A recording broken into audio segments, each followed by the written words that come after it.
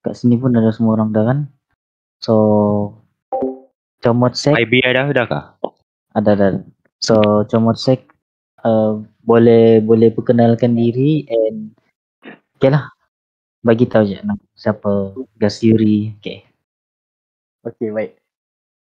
Bismillahirrahmanirrahim. Assalamualaikum warahmatullahi wabarakatuh. Rabbi syrah li sadri wa yassir li amri. Amin. Okay, baik. Pertama sekali saya nak perkenalkan diri dahululah.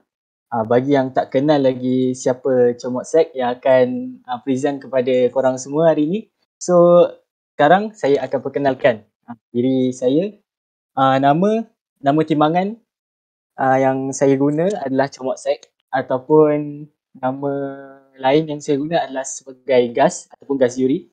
Dan siapa yang dah biasa ataupun join kelas DF, saya juga antara salah seorang tenaga pengajar dalam kelas DF dan dikenali sebagai Cikgu Nikto lah bagi siapa yang kenal. Dan kalau ada anak murid saya dalamnya, tak ada. Baik. Sebab saya pemalu sikit. Okay. Itu serba sedikit latar belakang berkenaan diri saya. Dan sekarang saya belajar di Jordan. Major saya bukan dalam bidang cyber security, dan saya ambil bidang cyber security ni adalah sebagai bidang yang saya minat, dan saya self learning sendiri ataupun saya banyak bertanyakan kepada sifu lah. And then saya punya major dalam study, sekarang saya degree.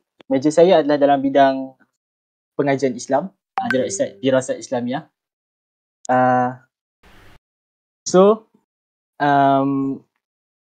Antara sebab lah saya pilih untuk menyertai komuniti Elite Ghost adalah, yang pertama sekali, untuk saya ambil inisiatif ataupun saya pandu minat saya ke arah yang betul. Okay, ke arah yang apa, jalan yang betul lah. Kalau macam sebelum ni, saya lebih pada, kita tipulah kalau kita cakap kita first masuk dalam dunia hacking ni, kita tak pernah in touch dalam black hat kan. So bila kita fikir lama, black hat tu sebenarnya tak membawa apa-apa manfaat. Bahkan kita maybe masa depan kita tak cerah pun, masa depan gelap. So saya cari inisiatif untuk pilih jalan yang betul lah, yang path yang betul, untuk saya perkembangkan lagi minat dan juga bakat saya dalam bidang cyber security ni. Dan saya yakin komuniti Elite Ghost dan juga komuniti Hibiscus adalah jalan yang terbaik lah untuk saya berkongsi kemahiran saya, dan juga kita semua saling berkongsi ilmu, yang mana kadang-kadang dalam dunia internet ni kita tak boleh expect kita dah cukup hebat, sebab kadang-kala ada orang lain yang lebih hebat, ataupun senang cerita kita cakap, bila semakin kita belajar, semakin banyak benda yang kita tak tahu. So itu antara serba sedikit lah perkenalan tentang diri saya. Dan saya juga ada sekarang ni saya banyak ambil sertifikat yang kecil-kecil dulu lah, yang saya ambil sertifikat. Contohnya macam TryHackMe, saya ada subscribe TryHackMe, dan saya ada buat room, contohnya room cyber pre-learning path, itu dah dapat sijil, dan juga room Komtia A+, tak silap. Komtia A+, pun saya dah ada. Lagi satu junior penetration testing, saya dapat tu daripada TryHackMe lah. Tu antara minat saya lah, yang saya dapat, dan juga saya buat dengan jalan yang betul lah, dengan kita dapatkan sertifikat dan kita belajar dengan cara yang betul. Okay. So untuk recording, dah ada orang yang akan record ya? Ada. Okay, baik. Saya share screen dulu . Okay. Okay, baik.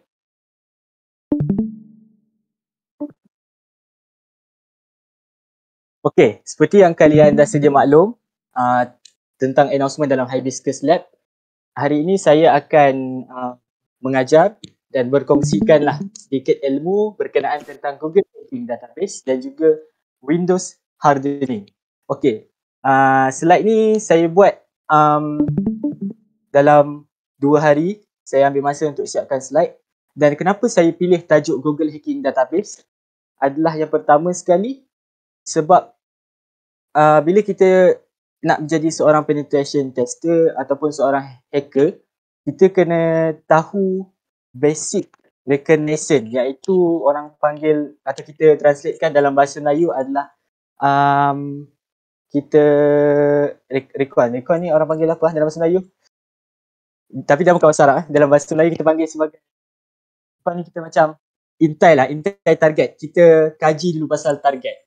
Jadi dalam Google Hacking Database ni, saya akan fokuskan kepada asas-asas dalam kita nak mencari segala informasi sebelum kita serang sesuatu target tersebut. Ataupun kita kenali sebagai Google Dorking lah. Okay. So dalam slide saya pilih untuk buat dalam bahasa Inggeris sebab saya nak biasakan kalian dengan penggunaan istilah-istilah bahasa Inggeris. Sebab bila kita nak self-learning ataupun kita nak belajar IT ni, memang majority resources yang kita nak dapatkan dekat internet semua dalam bahasa Inggeris. So nak tak nak, mahu tak mahu, suka tak suka, memang kita kena faham segala perkataan-perkataan dalam bahasa Inggeris tersebut lah.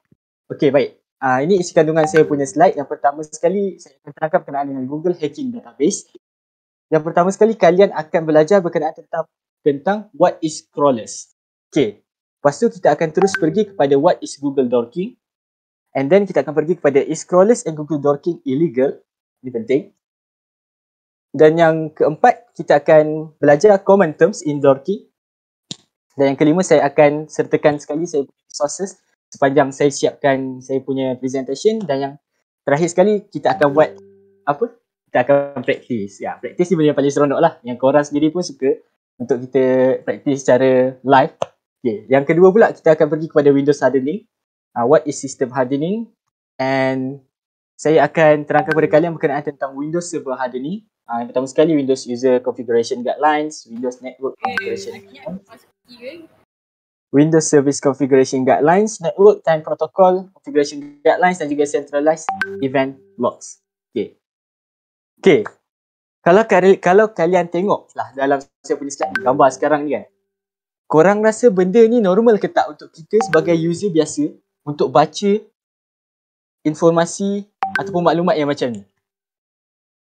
Saya rasa tak.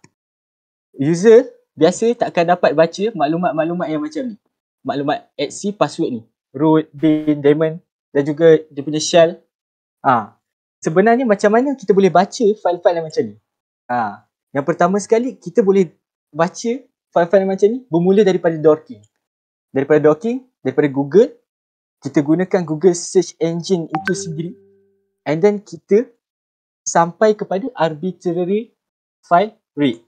Sampai kita boleh baca file-file yang sepatutnya kita restriction. Kita di-restrictkan. Kita tak boleh baca file tu tapi kita dapat baca. Hanya dengan bermula daripada sekecil langkah iaitu Google Dorking. Nampak menarik tak dekat situ?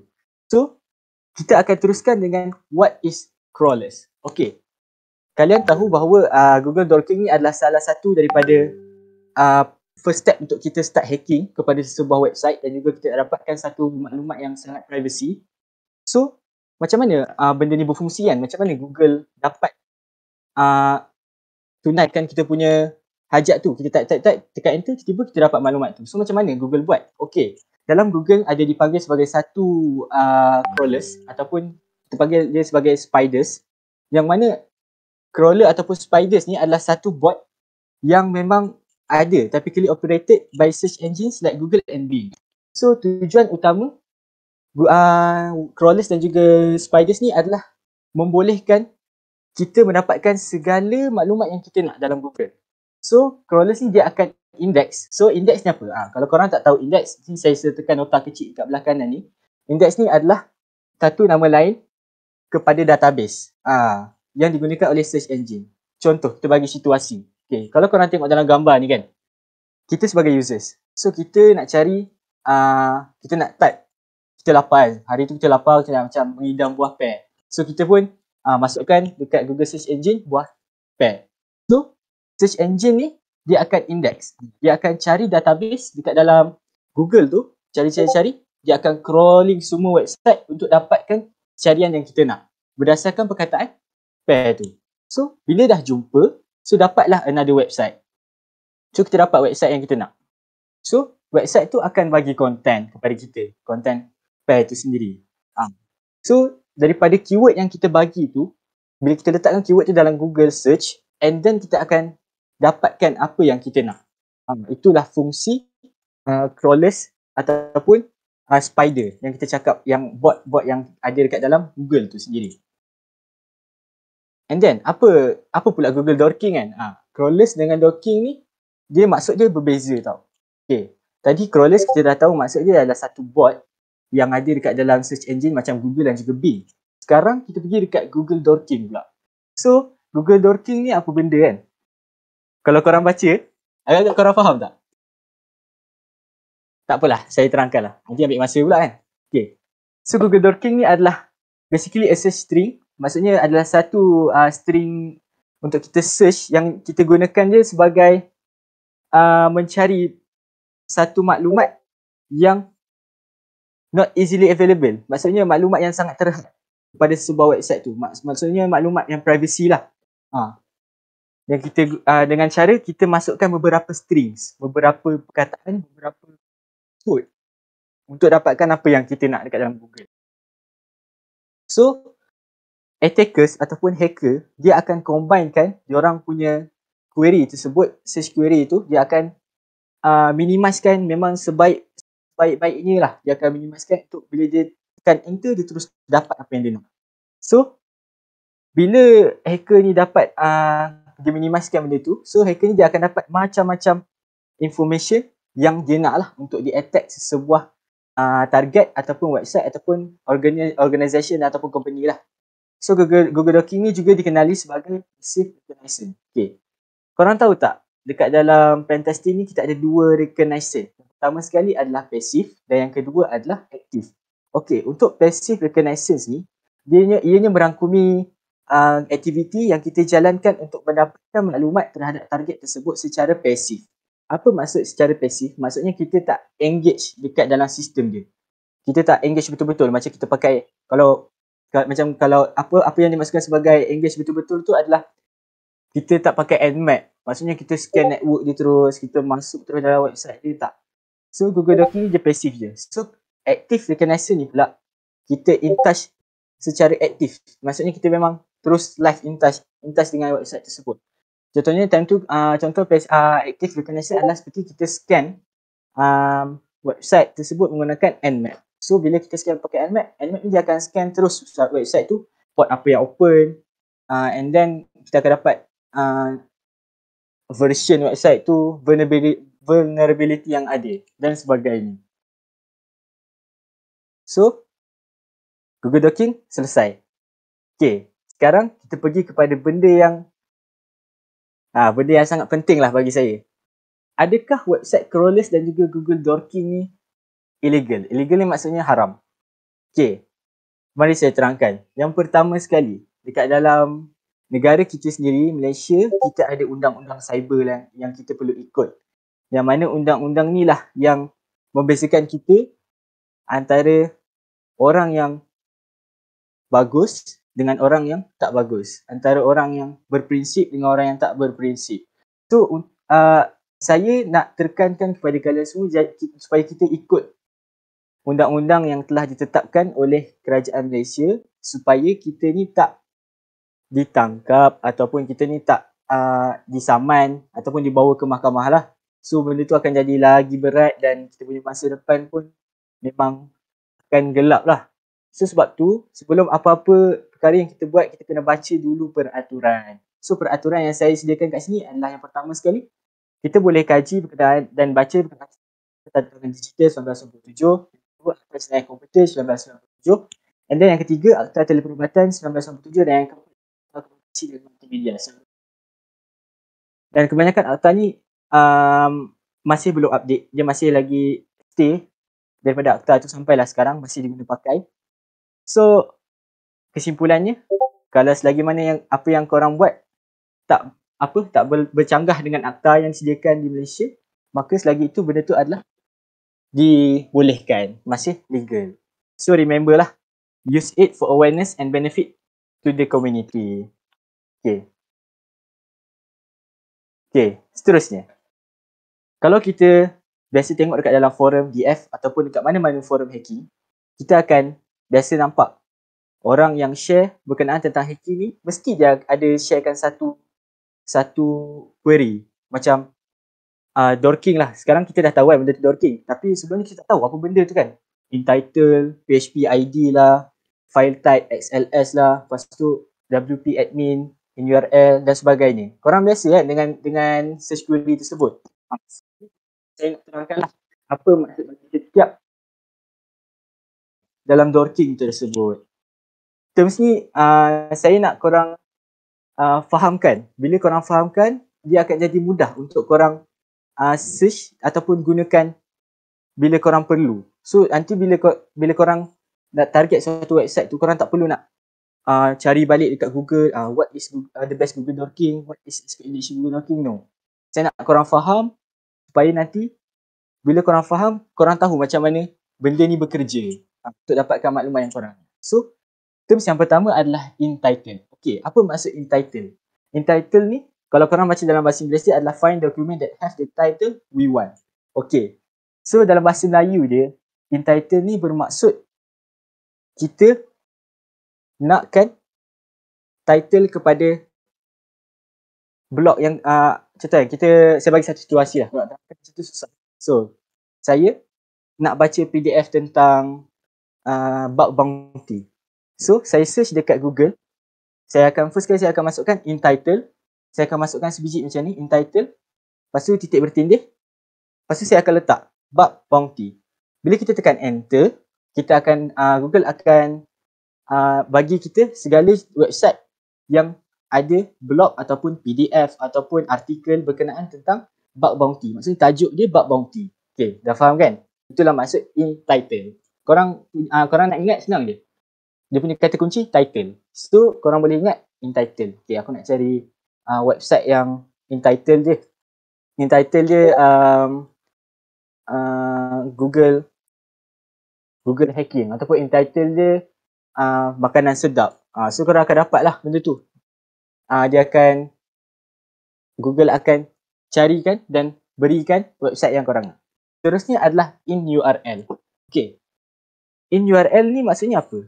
Okay, senang je. Dia adalah gabungan daripada dua perkataan. In URL. So jadilah satu perkataan. Tak adalah. Okay. Meaning maksud dia adalah kita nak find specified terms in URL tu. Maksudnya kita nak cari specified item dalam URL.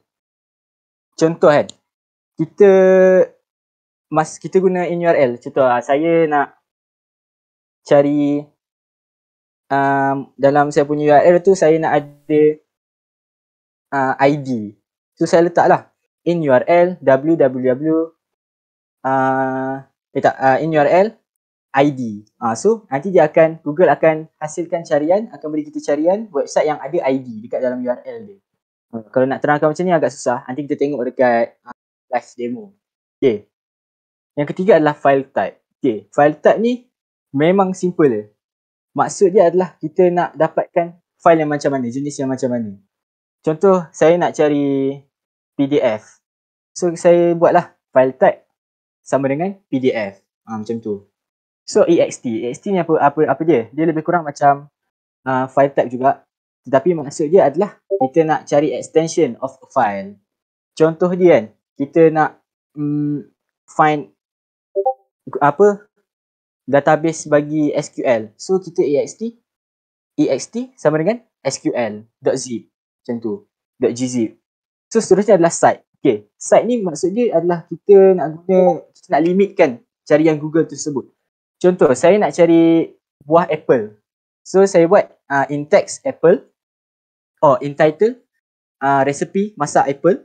And then saya nak minimizekan saya punya carian. Saya letak sebelah entitle tu site.my.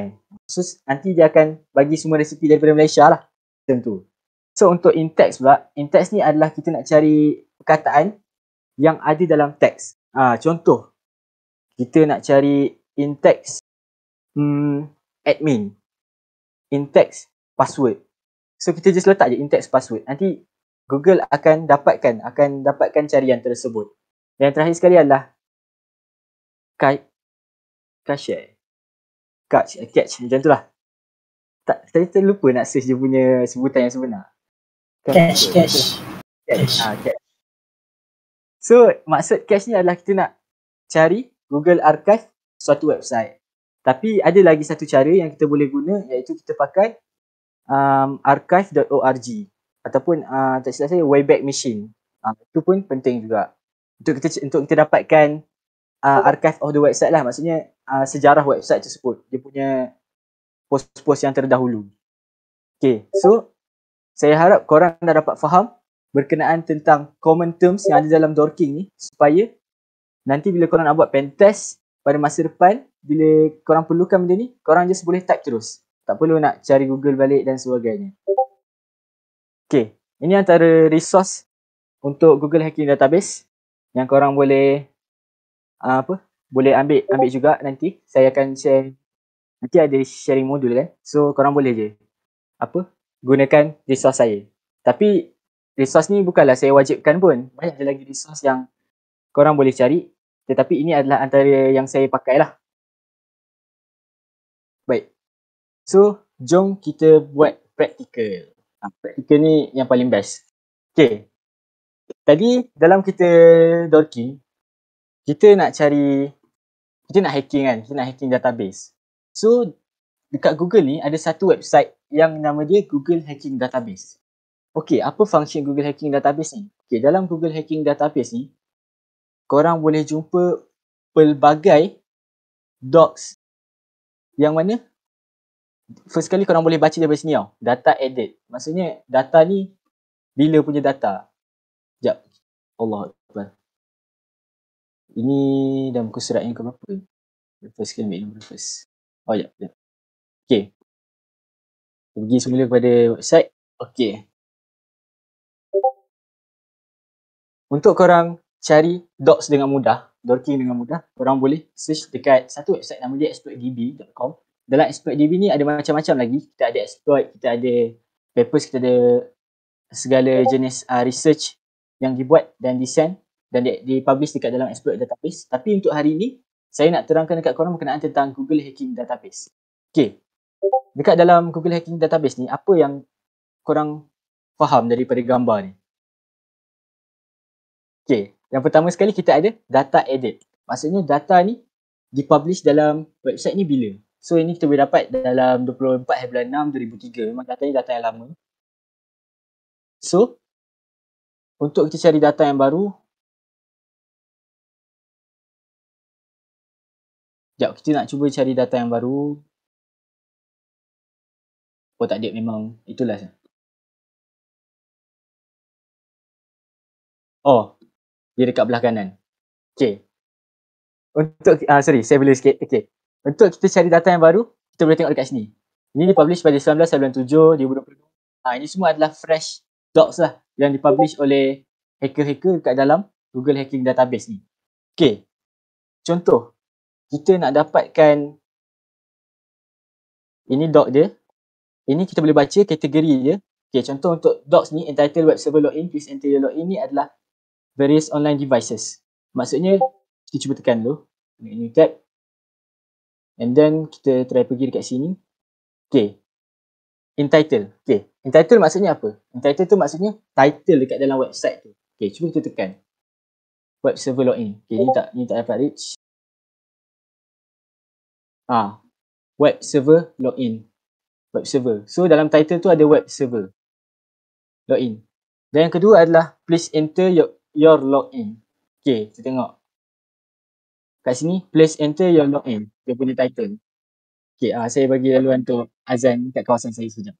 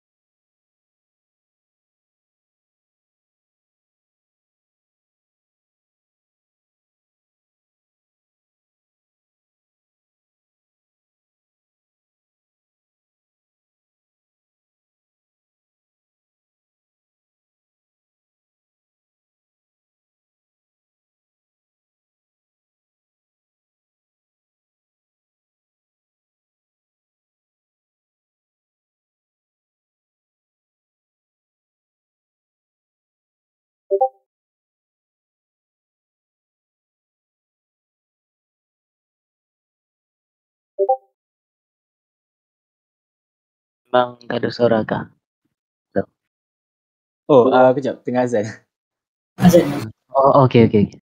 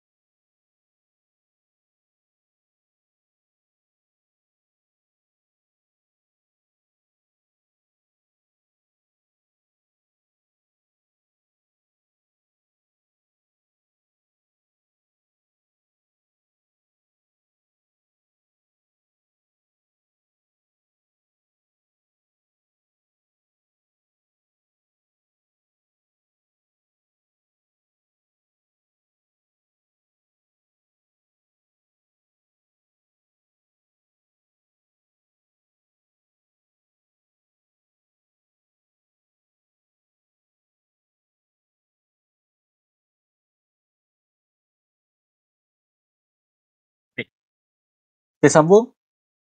Okay.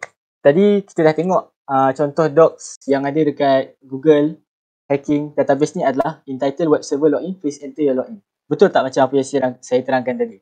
Yang mana entitled, bila kita maksud entitled ni adalah untuk kita dapatkan tajuk kepada dalam web tersebut. So tadi kita dapat tengok ada web server login dan juga please enter your login. Okay. Tapi yang ni tak menarik sebab docs ni untuk kita check login punya web page. Kita tak tahu password dengan username dia. So, kita ada satu cara yang lagi menarik. Kita try. Kita try ni. Pastebin. Okay. Dalam Pastebin ni kan, dia adalah satu website yang di mana hacker-hacker, apabila diorang dapat data users, diorang akan, sama ada diorang akan dumpkan dan leakkan dekat dalam Pastebin ni antara salah satu tempat yang diorang akan dumpkan data tersebut. Jadi kita cari tarikh yang paling latest data-data tu ada dekat Pastebin. Okay, ni. Kita tengok. Site pastebin.com. Betul, memang site pastebin.com. And dia punya isi dia adalah admin password. Okay, jom kita check. Okay, kita tekan je dekat sini. Dia akan terus bawa kita kepada Google Search. So, kita boleh nampak tak dekat sini? Ada lebih kurang 1010 carian berkenaan tentang admin dengan password sahaja. Nampak tak bahayanya benda ni, Google Hacking Database ni. So, kita cuba pilih salah satu. Kita cuba pilih yang paling menarik lah. WordPress login. Tak apa, kita ambil paling atas. Okay. Dia siap bagi link lagi. Link untuk kita login. Nampak tak? Contoh ni website devamember.com, ada admin dengan password dia. Dia siap bagi sekali dengan admin login page. Ini pun sama. So, memang ada lebih kurang 1010 carian yang korang boleh cari. Okay, contoh lain pula kan. Kita cari Pastebin yang lain pula. Tadi kita dah tengok, kita dah dapat password, admin dengan password. And then, kita cari yang lagi menarik. CVV. Okay, CVV ni kad credential tau. So, kita try tengok kat dalam docs ni, apa yang kita dapat. Okay. Link CC card, credit card lah. Link CC Helson by Juna dengan Dragon Raw. Saya tak kenal lah sama hacker mana ni. So, official member dia bagi tahu lah nama group dia apa semua. Okay. Ini antara data yang diorang dapatkan lah, yang diorang hack dan diorang paste dekat dalam website ni, PageBit. So kita akan dapat sisi credit card number dia, CVV dia, FNAME, LNAME, address dia, India. Kita dapat dia punya nombor phone, email dan macam-macam lagi lah. So ni daripada mana? USA.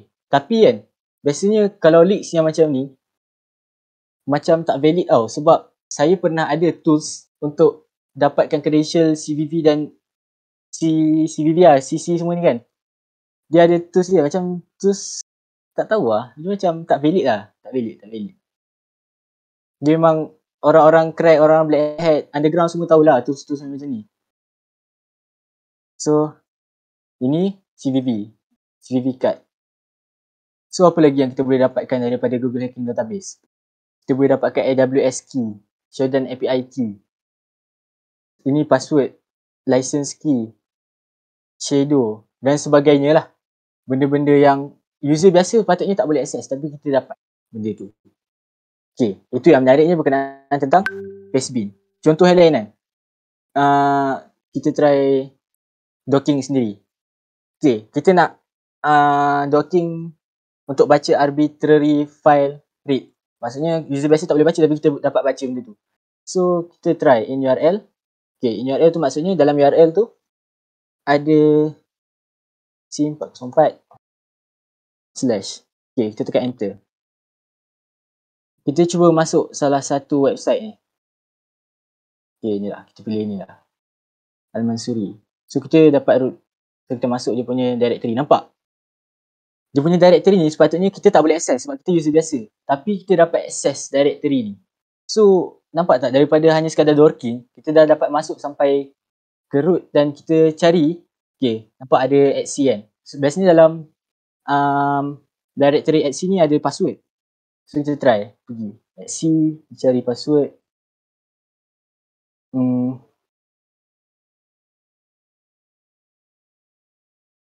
Okay, yang ni tak ada.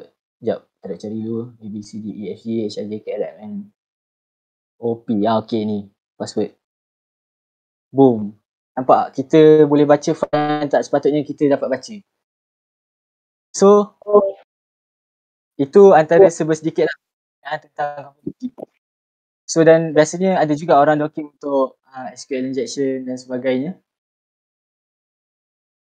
Ini untuk arbitrary file rate. Contoh kalau untuk gas. ya. Screen kau freeze. Dia masih nampak yang bagian apa list. Okay, yang list docking semua. Share lagi satu screen. Okay, dapat. Okay, tadi aku saya nampak. Okay, saya docking in URL. So kita slash dalam URL tu saya nak ada sim404. Ini kita tekan enter. Okay, lebih kurang berapa carian ni? Okay, kita ambil satu website. Okay, Al-Mansuri. Okay, betul lah. In URL, sim404. So dalam URL ni memang ada sim404. And then kita pergi kepada, nampak, directory root. Directory root ni patutnya kita tak dapat access tau benda ni. Tapi kita dapat access hanya daripada dorking sahaja. So kita pergi kepada @c. Directory @c ni ada password biasanya. So kita carilah password. So password. Okay, ni password. So, boom, kita dapat baca. File yang tak sepatutnya dapat dibaca oleh user biasa macam kita lah. Itu antara kelemahan-kelemahan yang kita perlu report lah kepada admin ni. Okay, macam saya cakap tadi, benda ni akan jadi baik kalau kita gunakan dengan betul. Kita nak buat bug bounty ataupun kita buat report, and then kita boleh gunakan Google Dorking ni untuk hack database, hack website dengan mudah macam tu. So kalau untuk kita nak hack SQL injection, kita nak buat SQL injection, kita just in URL and then PHP PHP lepas tu ID. Okay, so dalam URL tu kita nak ada PHP dengan ID sebab biasanya kalau ID ni benda yang paling budak-budak SQL suka lah. Maksudnya bila dah dapat ID, senang kita nak inject daripada ID tu. So kita ada apa ni? Program Berkeley Cycling. Okay, kita try satu. Okay, Hackbar ni korang boleh dapatkan dekat GitHub je. Dekat GitHub ada macam-macam Hackbar, korang boleh je pasang. So kita try lah, kita test. Letak tanda quotes ni untuk test sama ada misalnya vulnerable ke tak. Kalau vulnerable dia akan kosong ataupun ada error. So kita execute. Okay, we have an error in SQL syntax. So website ni ada vulnerable untuk SQL injection. So yang tadi tu kita panggil sebagai recognition. Lepas kita dah recognition, baru kita mula exploit website tersebut. So ada lagi satu teknik. Okay, kita share screen lagi sekali. Ada lagi satu teknik untuk kita dapatkan WP config. WP config ni adalah configuration file kepada WordPress punya website. So bila kita dapat WP config punya data, dalam tu dia ada, biasanya dalam file WP config ni ada username dengan password lah bagi database tu. So dia sangat berbahaya lah. Sekejap, saya share screen lagi satu.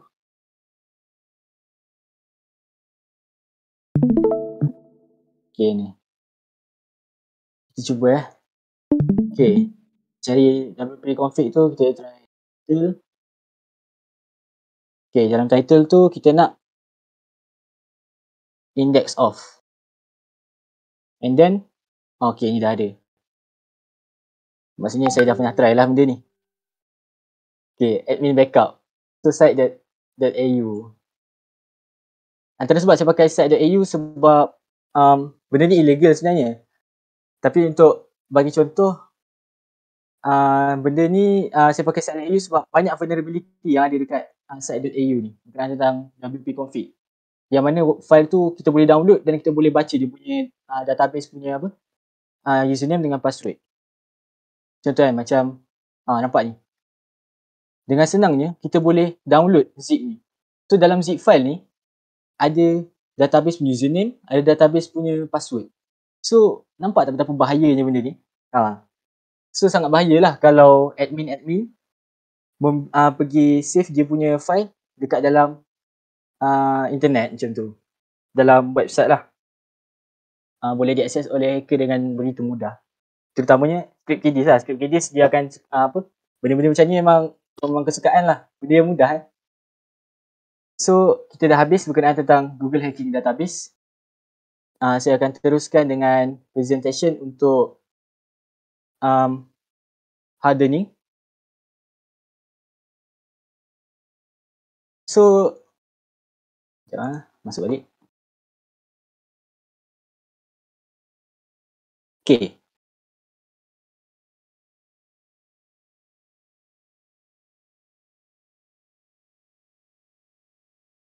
Tapi korang nak tengok ke database tadi? Kalau tunjuk kan bahaya pula. Tak payah. Just bagi gambaran luar lah. Okay. Kenapa saya pilih Windows hardening? Sebab Windows ni memang laptop harian kita lah. Kita memang majority pakai Windows. Dan kalau yang berduit sikit pakai Mac lah. Pakai Mac pula. Yelah pakai Mac. Pakai apa? Apple. So saya pilih Windows sebab majority kita semua pakai. Okay, untuk yang tak tahu sistem hardening tu apa? Okay, sistem hardening ni, ini saya ambil maksud sistem hardening daripada National Institute of Standard and Technology. Kita bagi modul kita ni nampak ikut skema sikit. So according to National Institute of Standard and Technology, system hardening is process intended to eliminate a means of attack by patching vulnerabilities and turning off non-essential service. So maksudnya sistem hardening ni adalah kita tingkatkan security di dalam sistem tersebut untuk kita eliminate, kita singkirkan sebarang serangan daripada hacker ataupun attacker.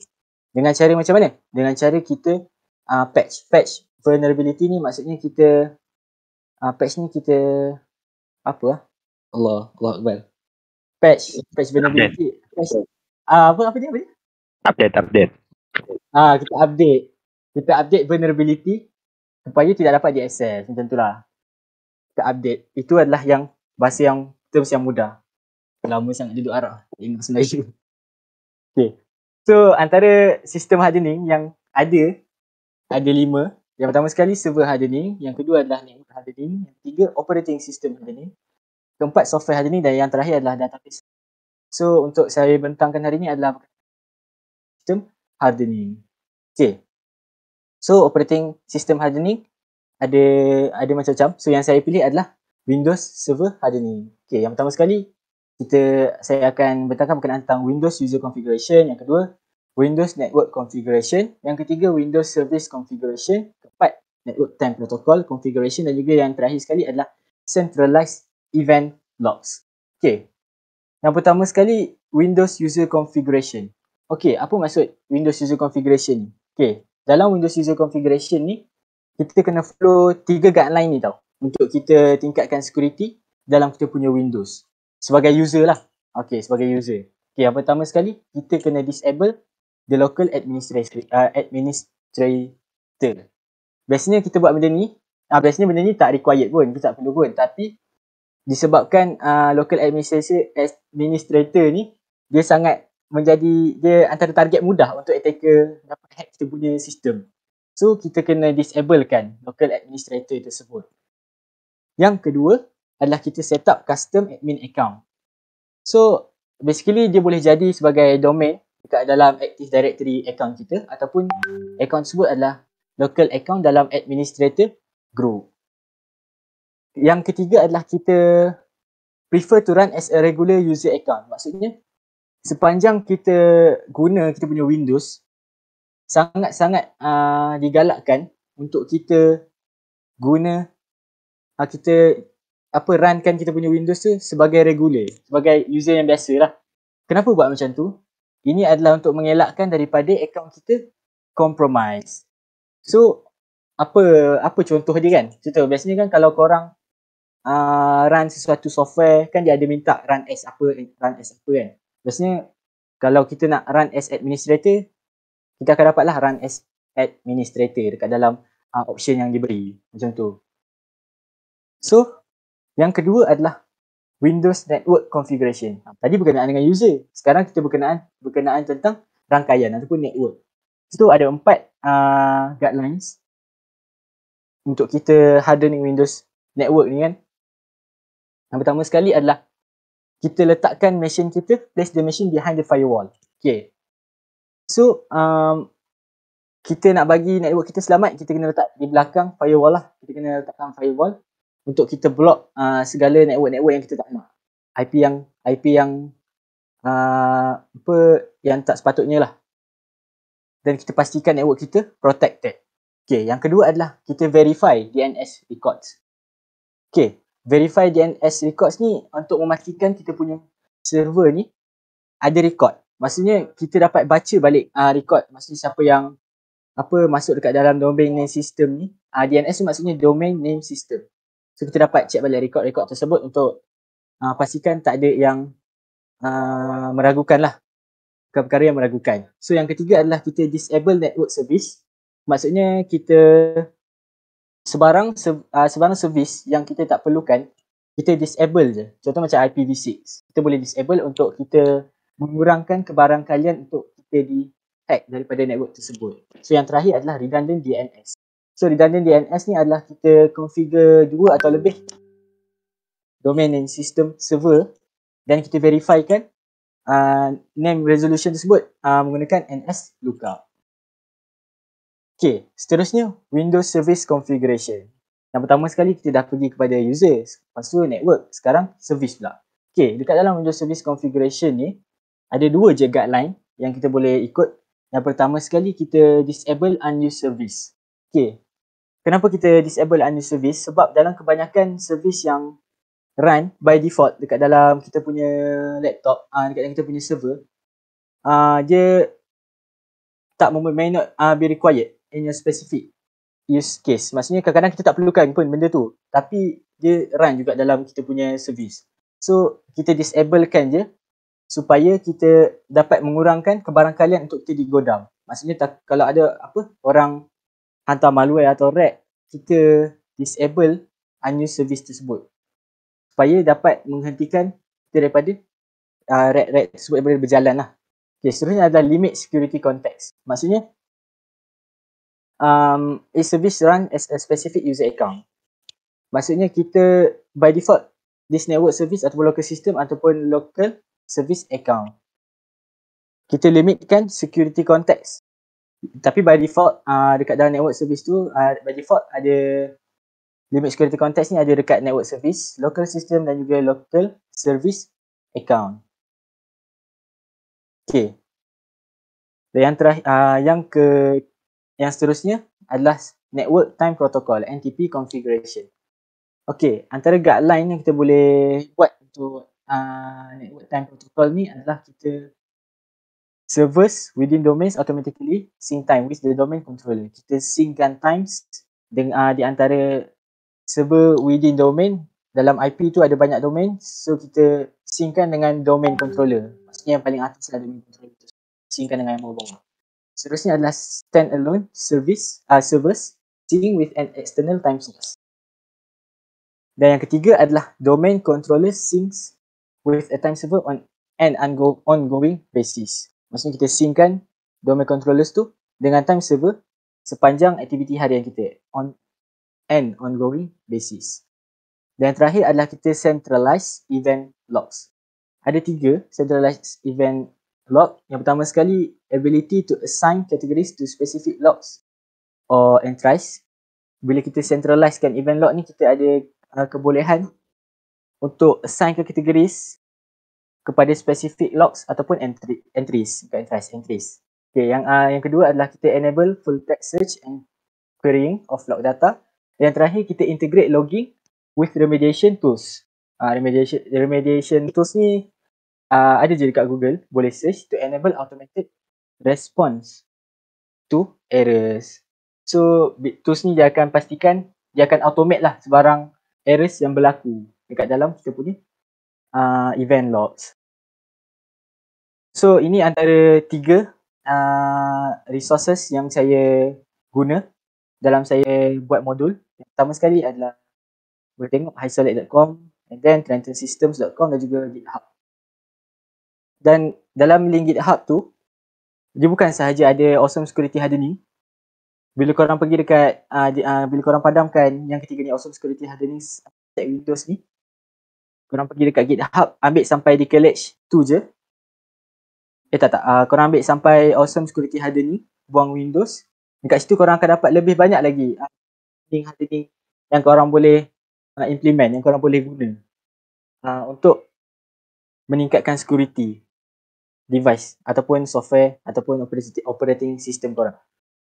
So sekian sahaja perkongsian saya hari ini.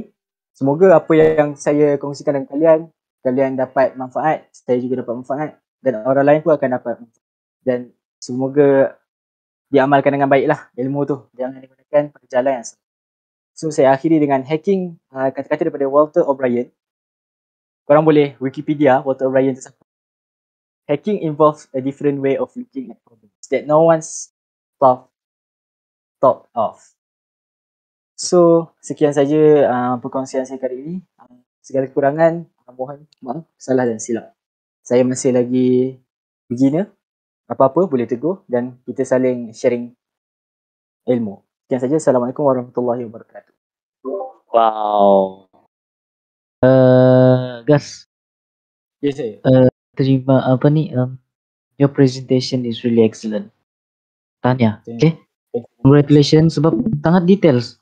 Sangat details. Setiap benda yang Gas buat, Gas explain. Setiap benda yang Gas buat, Gas explain. So congratulations and tahniah lah. Dengan ni memang Gas layak lah untuk masuk ke Elite Ghost. Tahniah and congratulations.